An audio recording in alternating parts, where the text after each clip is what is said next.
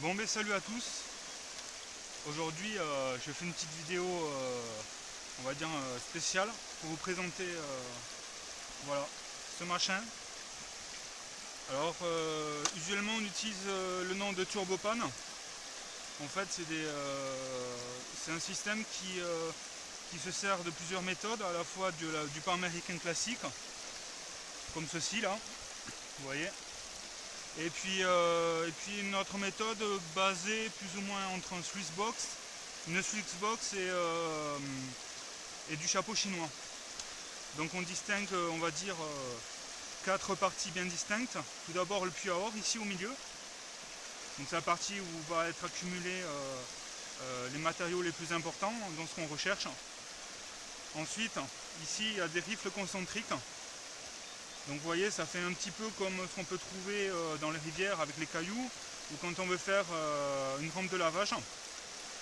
Ensuite ici, les premières marches, vous voyez, c'est un petit peu des marches peu profondes qui vont servir à faire un premier tri. Et enfin des stries vraiment qu'on peut trouver comme sur un pan américain pour finir le lavage. Enfin, pour finir. Je vous expliquerai juste après, vous verrez la vidéo, vous comprendrez de suite. Donc en gros, cette bâtée s'utilise en deux étapes. Une première étape plutôt comme un chapeau chinois, avec des systèmes de rotation d'eau. On va faire circuler l'eau dans ce sens-là. Et on va se servir pour cela des rifles concentriques. Et également, ça va chasser les graviers. Et ensuite, on va s'en servir comme un pan américain en se servant de ces deux outils-là. Sachant que chaque fois on va récupérer l'or au milieu. Voilà, ben, je vous dis à tout de suite.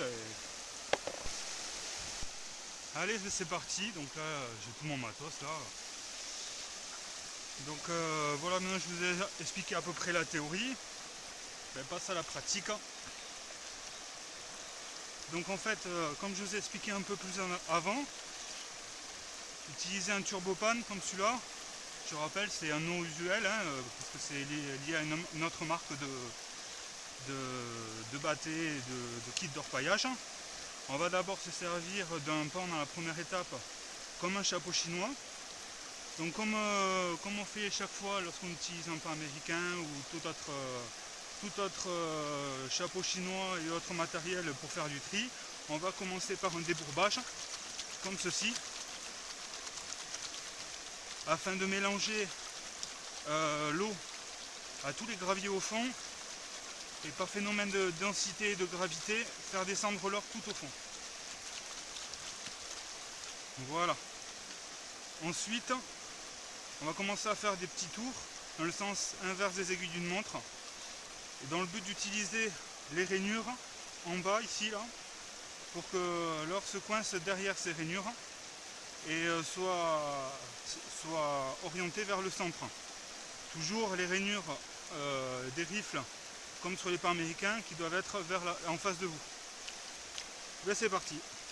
Donc on commence par des petites rotations, toujours avec de l'eau immergée.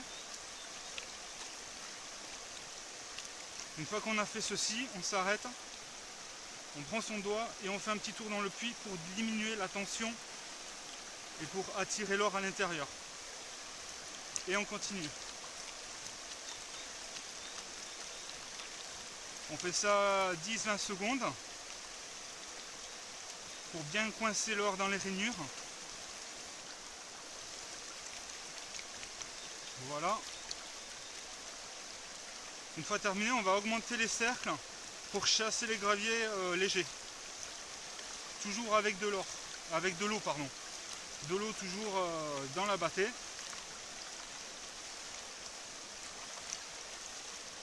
Voilà. On peut virer à la main ce qui nous gêne.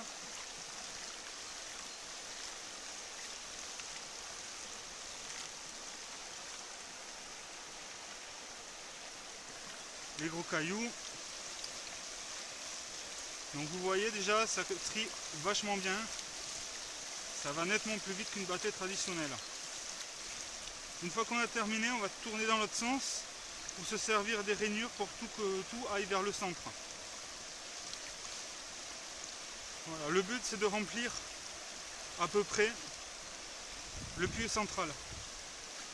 Maintenant, on va passer à la deuxième étape qui consiste à se servir des premières marches et des dernières marches avec des systèmes de vibration latérales en augmentant un petit peu l'angle et en faisant glisser comme ceci les graviers.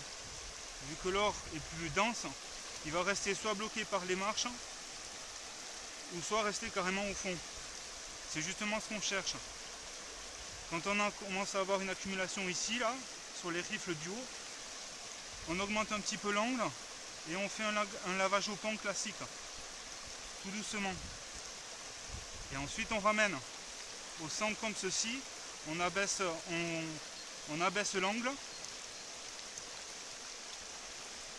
On peut se servir aussi tout recentrer. On abaisse l'angle et on recommence.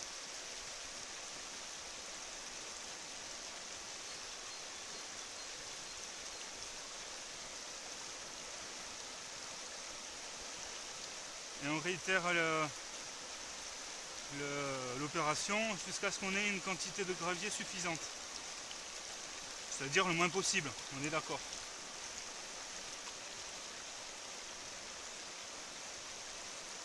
Donc toujours les vibrations pour les premières marches. Et quand on a un peu de stock en bas, on nettoie à la fin. Ce qui nous intéresse, c'est toute cette partie-là. Et tout ce qui peut être piégé dans les rifles, en haut, ici. Donc tout ça c'est intéressant, vous voyez. C'est le but, c'est ce qu'on cherche. On va faire encore une dernière fois. Alors c'est un pan qui demande l'utilisation de l'eau constamment.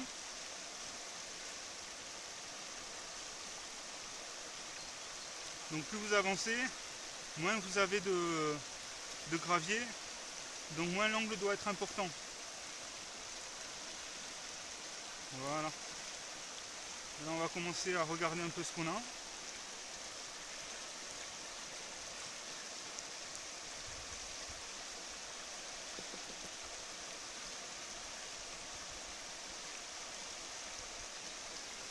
Et regardez déjà, vous voyez ici, ou là et là.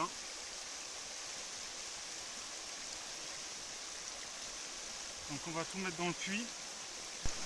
Donc quand il vous reste juste un petit peu de gravier, vous mettez tout en position haute comme d'habitude.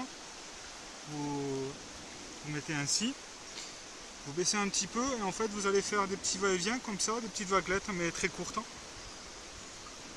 En avant, en arrière.